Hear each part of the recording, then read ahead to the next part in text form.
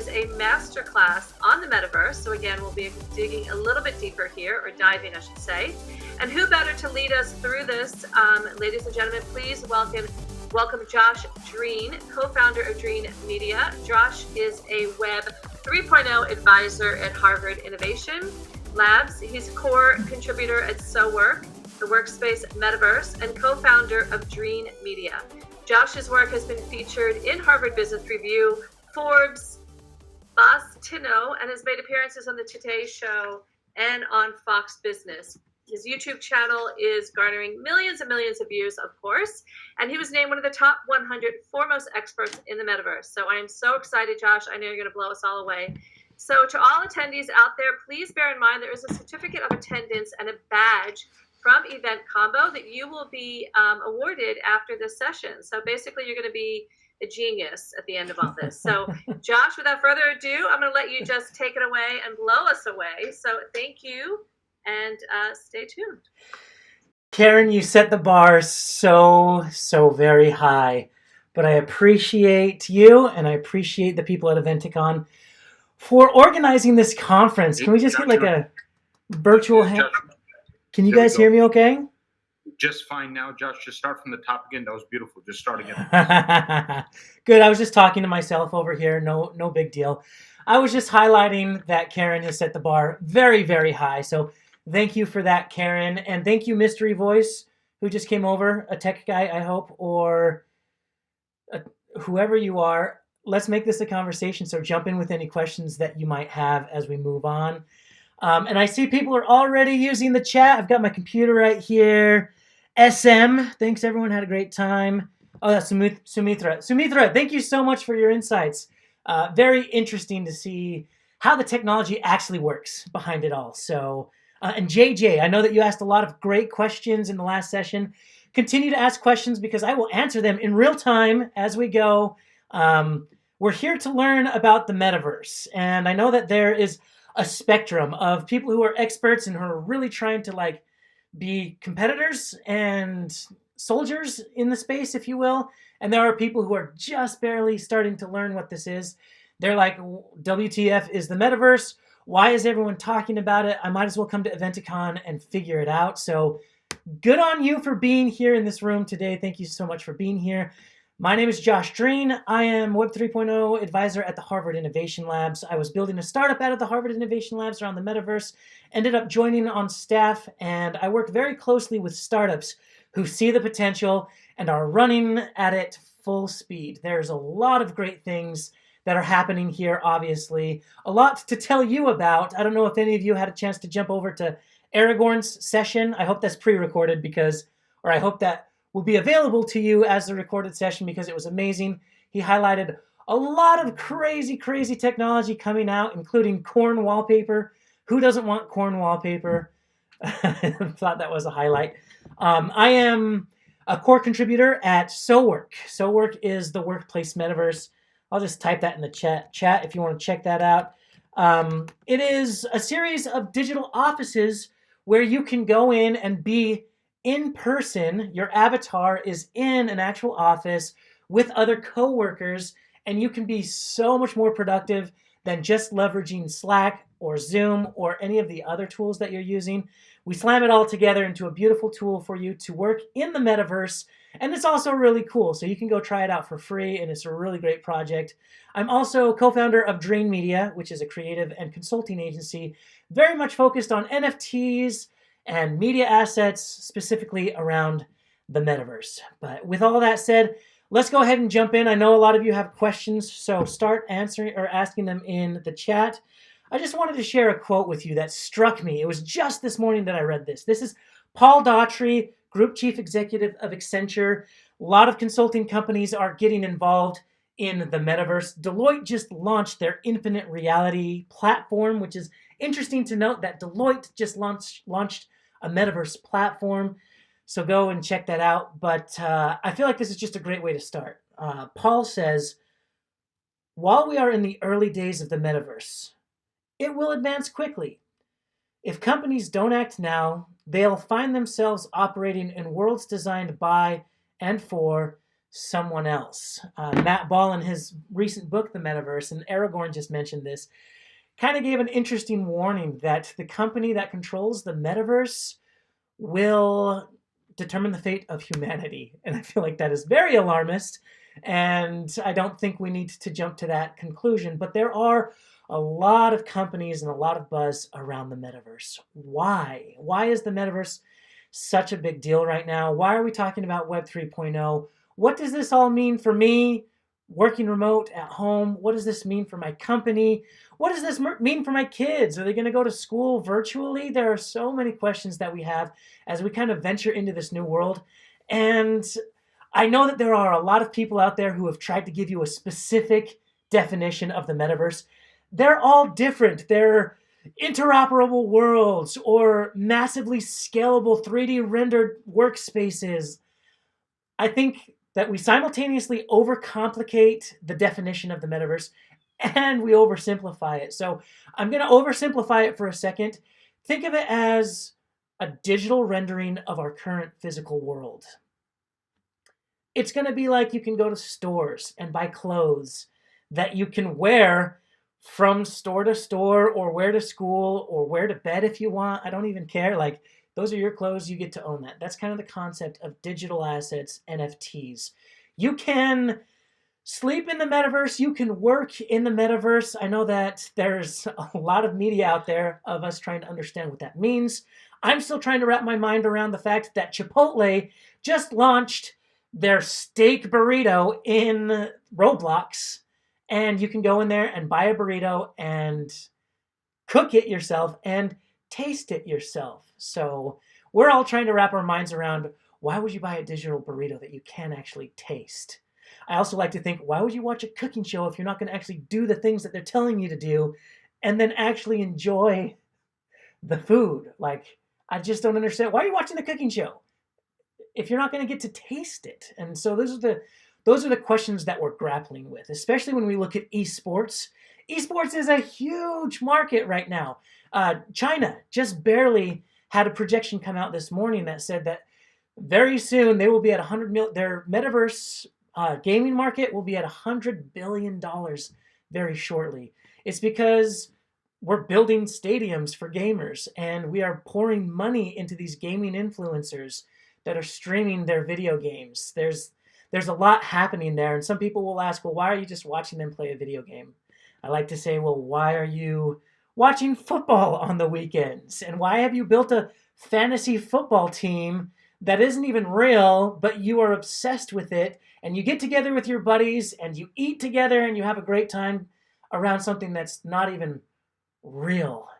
And that's the argument that I make, that the metaverse is going to be pivoting us fully into that world digitally, where fantasy football is a big deal and we understand why, or esports is a big deal because of the money that it brings in, the joy that it brings people. I personally love watching people kill it on Fortnite. I mean, do really well on Fortnite because it's fascinating to watch it happen. It's fascinating to watch people play Roblox and earn money. Gucci just barely opened up a store where, not just barely, it's been open for months now, but you can go and you can buy your Gucci belt, right? In the metaverse. And you can buy Gucci clothes. There's also a rare guitar that Gucci sells that is no longer available because there was only a select few available. But you better believe that these individuals who are playing Roblox, who are excited about being there often, if they see someone with that guitar on their back digitally, that means something. It's almost like watching someone drive along in a Lamborghini. It means something. And even though the Lamborghini is the physical representation of that wealth and collectors, etc., we're doing that digitally, where now you can have rare art in your office, in your digital office. You can have a picture of your family up. All of the same things that we do in the physical world, you can do that in the metaverse. So that's a simplistic way of looking at it. I also feel like when we talk about the metaverse in general, it's like, oh, the metaverse will be this, the metaverse will be that.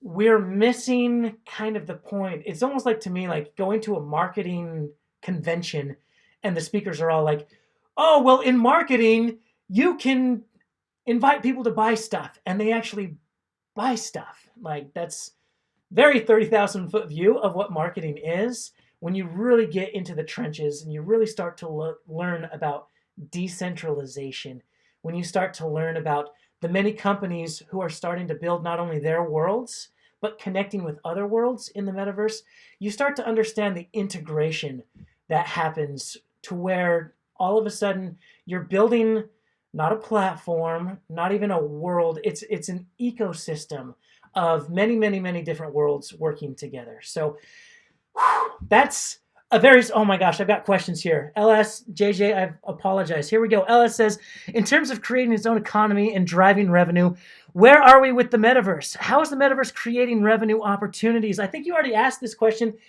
It's huge. Chipotle is generating revenue opportunities with their virtual burritos right now. They're not even real, but they're selling real, tangible, digital burritos, and people are actually buying them. I just mentioned Gucci. Wendy's just opened up a restaurant. Starbucks, you get on their app and you can see that they've obviously not used the terms NFT and some of the vernacular in the metaverse, but they are offering rewards, NFT rewards, and status. And their big deal is second home, right there. It's I guess the third place is Starbucks' big deal. Someone just came off of mute to ask a question, I believe. Or no? All right, well, let's just keep going. JJ, there's an impending challenge surrounding the interoperability within 2 or more different metaverse spaces. Yeah, absolutely right. There is uncertainty surrounding sharing of digital assets or networking between, example, Microsoft's Mesh with that of Facebook's Horizons. How do you view this? It's a huge, huge problem, and you're absolutely right. I think we are approaching the metaverse from a Web 2.0 lens, which is here are multiple companies who are running their own operations, trying to capture the foundation of the metaverse and try and like spoke out and hook other startups into it.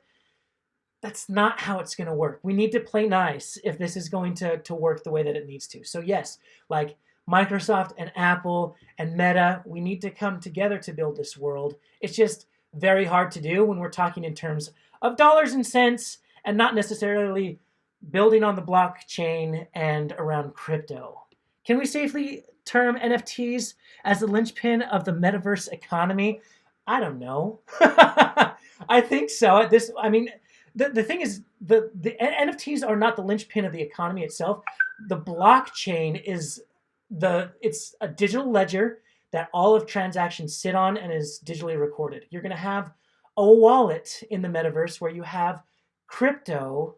You're going to have your digital currency essentially, and that is how you use that money to actually purchase things like NFTs. So NFTs, I would say, are more like the linchpin of the digital assets that you actually purchase, but not metaverse in general.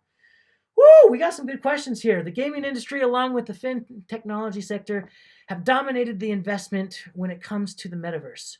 Which are the other budding industry sectors, according to you, are ripe to leverage the metaverse in the coming days? I think I got it, JJ, but like you definitely are seeing how fast things are moving and how many companies are jumping on board right now. It's definitely something that I think you should be thinking about like, where do you throw your hat in the ring? How do you design your avatar? Where are you how are you collecting ETH? I want to pause real quick and say congratulations to everyone out there who has ETH and has experienced the merge. Finally happened last night. Nothing blew up. Everything went off without a hitch. So that's a big deal.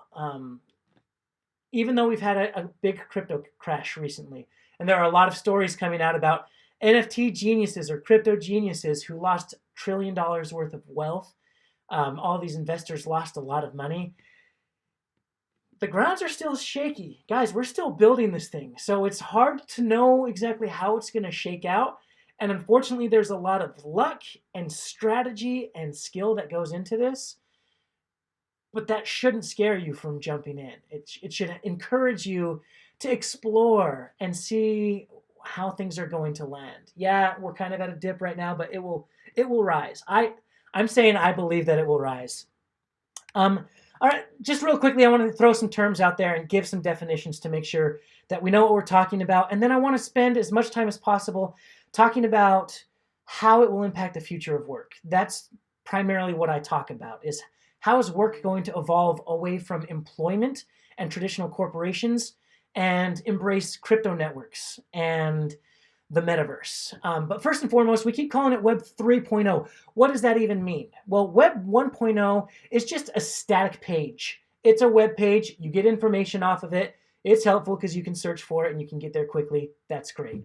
Web 2.0 is a bit of an exchange. It's you interacting with the internet in exchange for your personal information so that we can create a more customized space for you. For instance, Facebook is notorious for scrubbing your information, your likes, your interests, your watch time, everything, right? Their algorithms tracking all of this in exchange for targeted ads. And most people don't like that. I don't know about you guys, but I want to protect my privacy, and I don't really like knowing that these big digital companies are repackaging my information without my permission. And I think that's kind of the birth of this decentralization.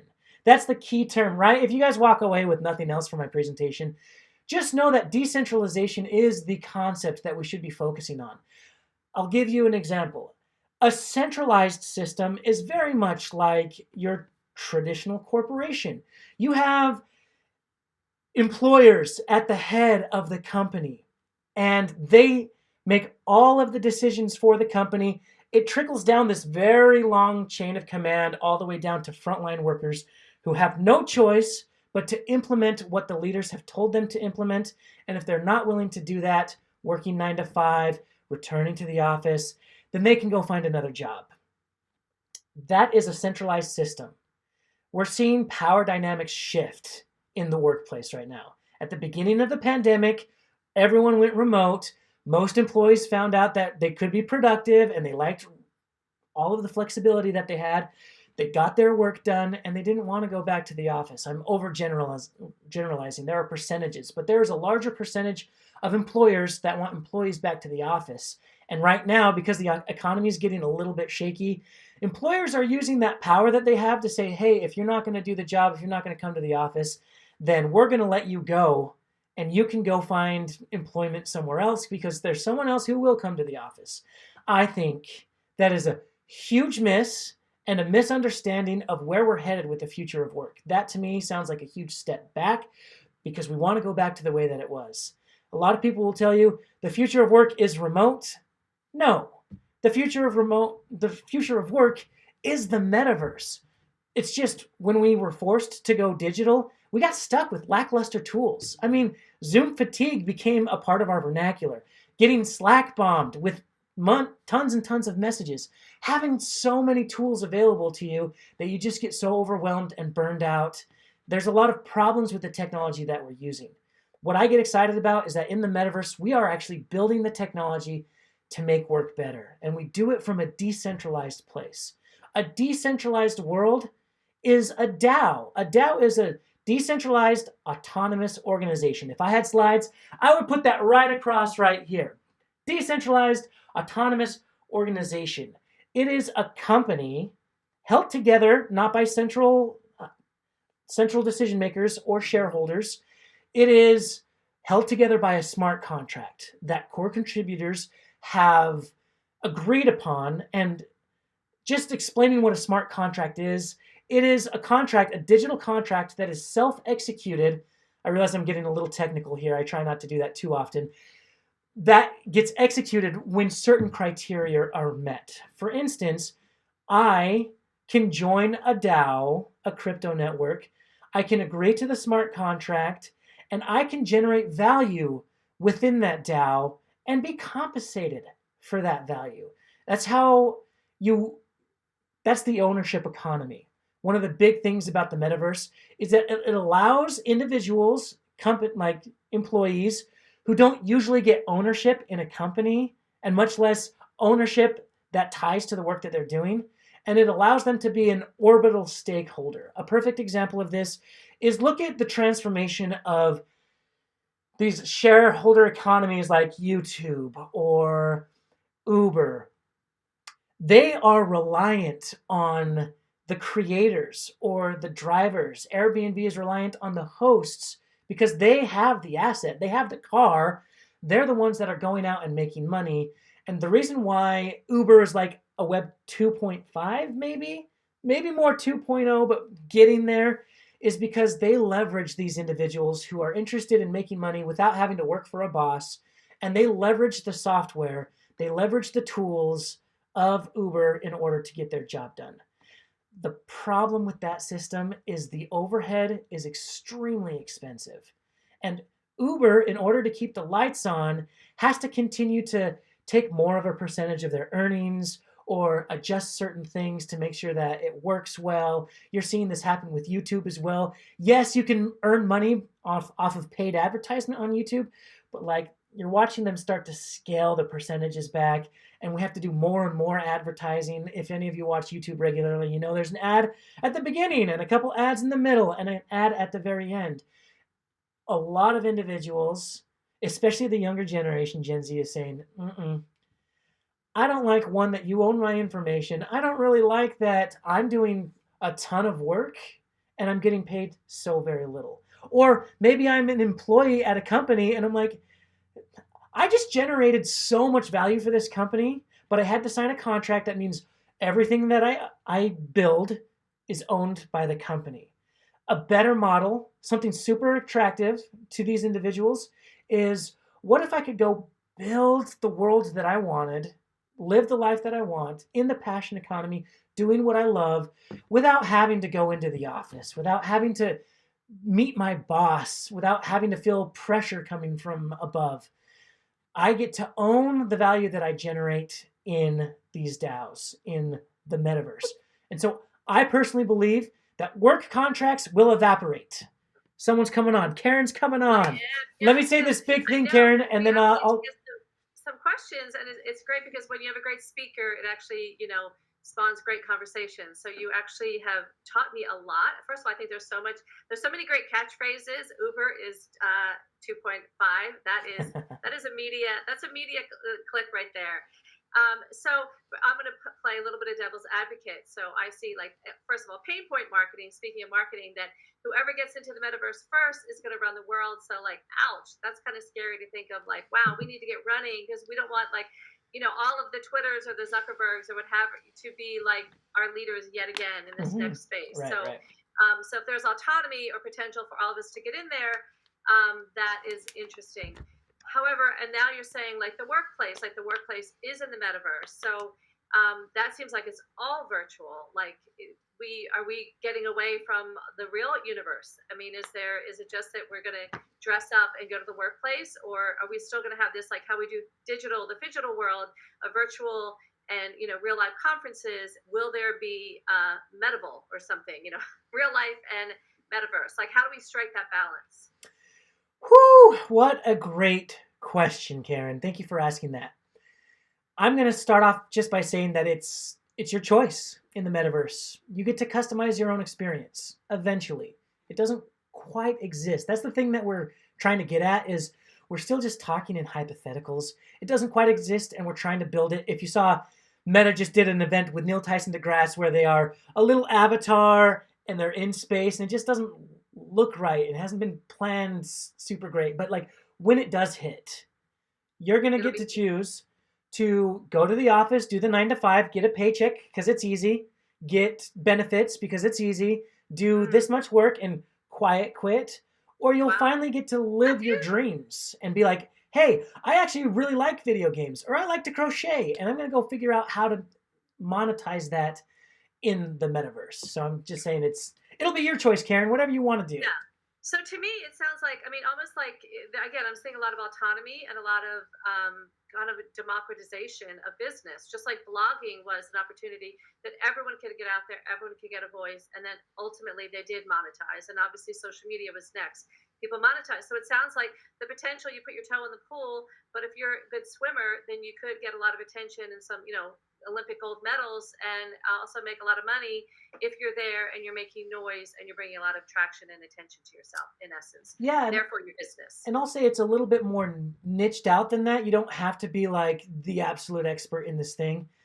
What we're seeing with Discord, which is another 2.5 platform, if you will, is that individuals are joining servers of like-minded individuals, and they originally went there just to hang out and talk about certain things, but then they realize, like, oh, we could like generate an actual thing and sell it, whether it's a piece of software or a perfect example is a company called Neonate, who it's just a bunch of kids who really like to play Fortnite, and they were annoyed that you were only in the lobby for this long before you started the game. So they built a lobby emulator on their own, and Fortnite saw that and decided to purchase it from them. So that, to me, is a way that you like found something you love, built it, and there's value there that the company wants, and they purchased it. I think there's going to be a lot more of that. So, and now let's go back to actual, like, in the real world. I love what you're saying. Like, I just can't believe Chipotle can sell digital burritos. I have so many digital things I'm ready to sell people. Like, right. So how do we then, like, what is I understand, like, so what is the price point? Like, okay, I want to be really cool and really wealthy and really sexy. And, you know, like some people want to be really buff and be athletes. So in this world, if I want to have a Lamborghini or suddenly have a lot of money, what is the price point? Is it reflective of what we see in the real world, or we go into fantasy world and we can buy it? Like, how does that work? Whew, that's like asking me to figure out, how does the economy work today? What does the market look like today? It fluctuates. And if you go to OpenSea and if you start looking at some of these NFT projects that fluctuate, some got in early and did really well. Some are worth way more than those early adopters. Some are worth nothing, which is often the case in the real market. So what is the value of a chicken nugget that looks like George Washington's head? Put it up on eBay and see who buys it for $100 or $100,000. It's hard to know. It's almost like the late 90s when there were a lot of companies that were in the red. They never went blue, and they never made money, but there was a lot of hype about it. And there was a lot of real shares that were sold. And so it's kind of like, I feel like it's a wild, wild west, like most industries, that, again, if you're an early adapter or like you're obviously really clever. So if you can get in there and know, kind of the lay of the land, or you're really smart and creative and find ways to monetize, also be creative, like you said. And I think what's obviously really important to people is having good work-life balance and being able to kind of set your own rules. So that obviously is something that's, resonant for everyone. I got a question the other day that was interesting. It was, are people going to choose to live in the metaverse? Like, are they going to just stop going to regular school, stop going to college, stop like participating in real world life and just decide to live in the metaverse? Which is kind of a scary thing to think about sometimes, but also the answer is it might be your choice. Like, you might not fit in at school. You might not fit in these traditional ways of making income. And maybe, I have friends growing up that played video games all their lives. Look at their GPA, not great. You look at their stats in the video game, insane, next level. And those kids are now like, oh shoot, now I can like play video games for a living and monetize what I'm doing, so that not only am I like the best at this game, but when I turn it off, I'm just a loser again. It's like, I can always be a winner, and I like this feeling. And so I do believe that there are going to be individuals who choose to live in the metaverse. Interesting. So there's a place for everyone, I guess. So in the metaverse and in the real world, or that more so here than there. So, all right. So it's interesting. The more you hear about this, then the more you start to get in a little bit deeper and get your I call it hands in the sand, or you start to feel and get a more sense or feel for it. So thank you. I love your energy. I want to actually explore in the real world, or the world that's behind you, because it looks really interesting back there. So thank you for your expertise. Thank you for sharing. And you did have a lot of really interesting terminology. So I would definitely suggest putting some things like in the chat box. Like, I loved a lot of those buzzwords, and that I think people would probably love to dive into. And/or go ahead and share your info again, so people can follow you and learn everything that you know, because you know a lot. So thank you, Karen. Josh. Thank you for having me. Yes. Have a good one. Thank you. You too.